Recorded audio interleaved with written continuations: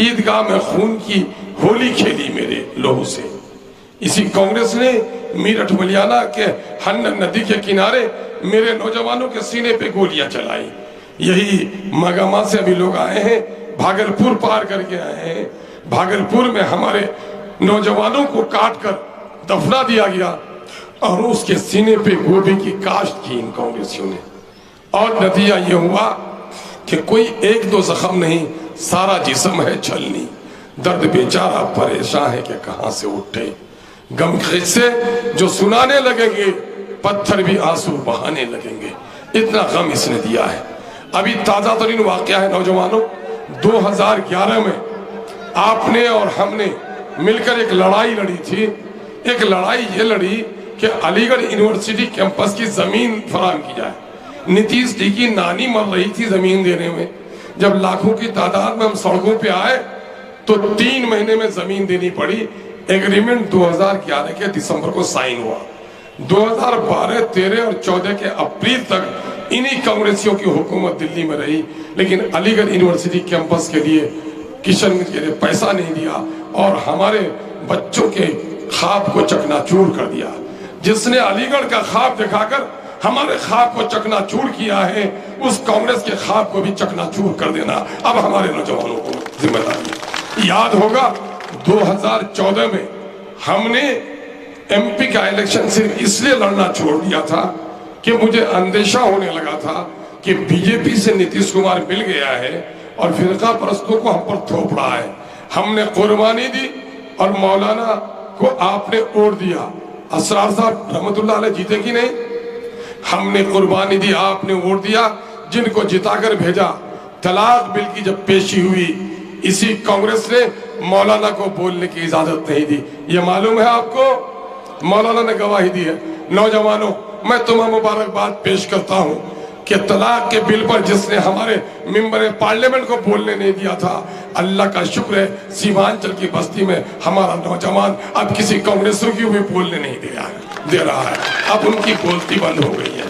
کانگریس کا جو M P ہے اتنا ناکارہ کہ کوا بولو تو کالا اور جاوید بولو تو لفظ ناکارہ. اس کو کوئی تعلق ہی نہیں کام سے, ٹھنڈے گھر میں جا کر بسا. کبھی بھی جو یہاں پر 22 میں سیلاب کا معاملہ آیا کبھی نکل کے آیا.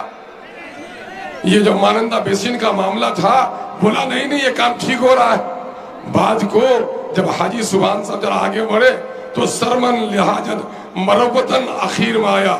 ان کی دلچسپی عوام کے کام سے نہیں ہے. پارلیمنٹ میں نہ آپ کی آواز بنا, نہ ترقی کا کوئی کام کر سکا, نہ کبھی D O, B D O, S D O, D M کے آ کر آپ کے مسئلے کو سلجھایا. تو وہ آدمی کہیں سے آپ کے لائق نہیں ہے, آپ نے طے کر لیا ہے. دوسری طرف ایک آیا ہے نٹور لال, اور آپ کے یہاں کا بھی ہو گیا ہے دوست اس کا کئی دلال. یہاں پر بھی 22 میں کچھ لڑکے ہیں دلالی کے فطرت کے, ان کے دوست ہو گئے ہیں. آپ دیکھیں گے یہ نٹور لال 3 مہینہ پہلے یہی 22 میں امور میں ہمارے ہی کچھ لوگوں کو ورغلاتا تھا اور کہتا تھا کہ ارے یہ تو بی جے پی کی بی ٹیم ہے اویسی صاحب, اور ہم لوگ اصل دیش بھکت ہیں. حالانکہ ان کو شرم نہیں آ رہی تھی کہ بی جے پی کے ساتھ نتیش کے ٹکٹ پر 2010 میں الیکشن لڑا تھا, 2019 میں بھی لڑا, 20 میں لڑا. اس کو شرم نہیں آئی اور یہ کہہ رہا تھا مودی بھگاؤ دیش بچاؤ, مودی بھگاؤ دیش بچاؤ. اچھا نعرہ تھا, لیکن 3 مہینے میں کیا ہو گیا کہ اب یہ کہتا ہے نہیں مودی لاؤ اور مجھ کو بچاؤ, مودی لاؤ اور مجھ کو بچاؤ.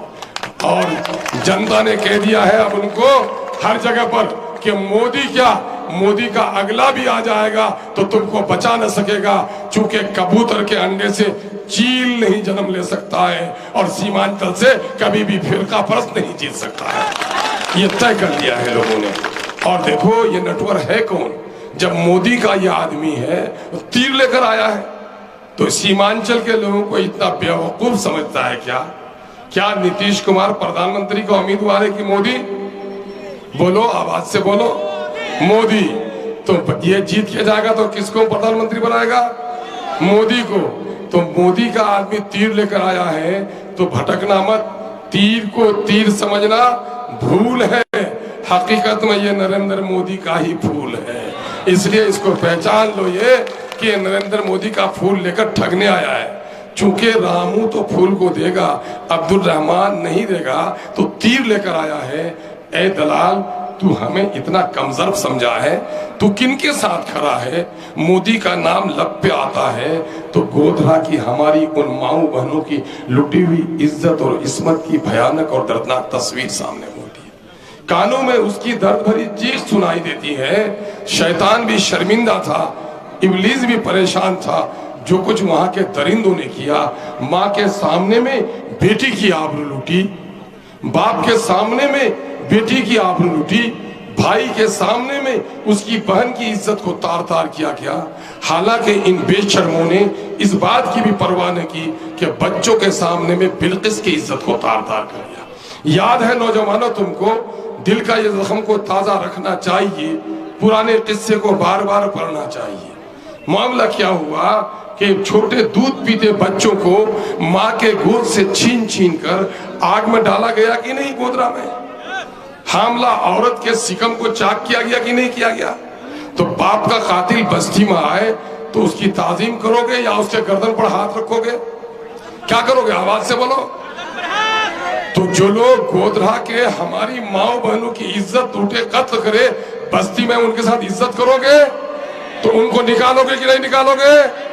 ان کی سیاسی گردن مروڑ دینی ہے، اور پھر کبھی آواز نہ لگا سکے سیمانچل میں، یہ سبق ان ظالموں کو پڑھا دینا ہے۔